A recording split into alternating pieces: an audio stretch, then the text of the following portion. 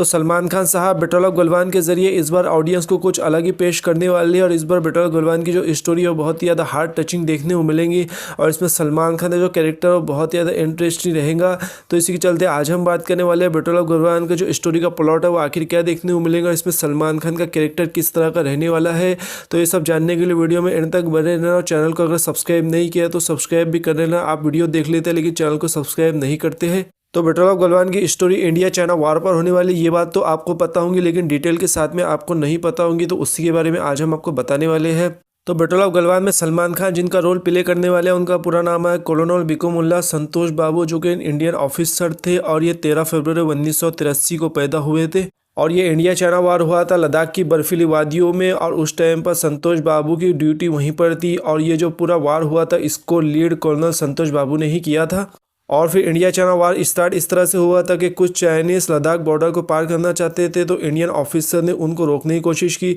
और इस दौरान इंडिया और चाइनीज़ के बीच में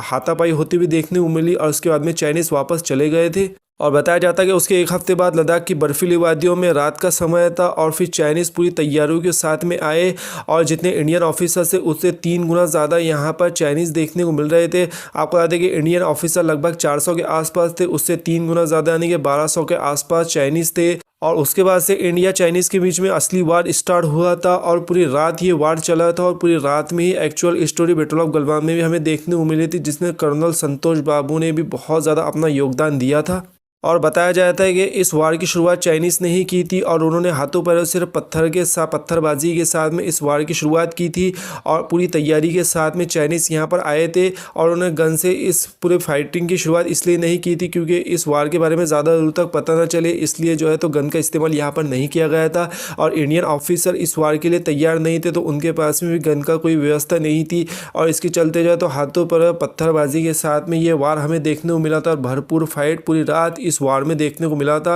और जो बैटल ऑफ गलवान का पोस्टर आया था ये वाला, जिसमें सलमान खान ने कोड़े से लपेटा हुआ एक डंडा लिया हुआ था और यही डंडा जो है तो चाइनीज़ लोगों ने लेकर आया था और उसी से जो है तो इंडियन ऑफिसर ने भी लड़ा था। और बैटल ऑफ गलवान में भी जो रात का वार सीन पूरा दिखाया जाएगा उसमें गन और बुलेट्स का इस्तेमाल बहुत ही कम हमें देखने को मिलेगा, ज़्यादातर फाइट हमें हैंड टू हैंड ही देखने को मिलने वाली है। और इस पूरे वार में इंडियन ऑफिसर ने अपना 100% दिया था और कई सारे इंडियन ऑफिसर शहीद हुए थे। और इसी के साथ में आपको जानकर हैरानी होगी कि जो कर्नल संतोष बाबू थे जिनका रोल सलमान खान प्ले करने वाले हैं वो भी वीर गति को प्राप्त हो गए थे। जी हाँ, आपने सही सुना, 2020 के इस इंडिया चाइना वार में कर्नल संतोष बाबू जब शहीद हुए थे उस टाइम पर ये जस्ट 37 ईयर्स के थे, यानी कि 37 साल की एज में ही ये शहीद हो गए थे। हालांकि जो इंडिया चाइना वार हुई थी ये खाली एक रात में ही देखने को मिली थी, लेकिन जो पूरी बैटल ऑफ गलवान की स्टोरी है वो डिटेलिंग में हमें देखने को मिलेंगी। जैसा कि एक रात से एक हफ्ता पहले जो उन्होंने हमला करने की सोची थी वो दिखाया जाएगा और उसके अलावा जो है तो सलमान खान की लव स्टोरी भी इसमें ऐड की जाएंगी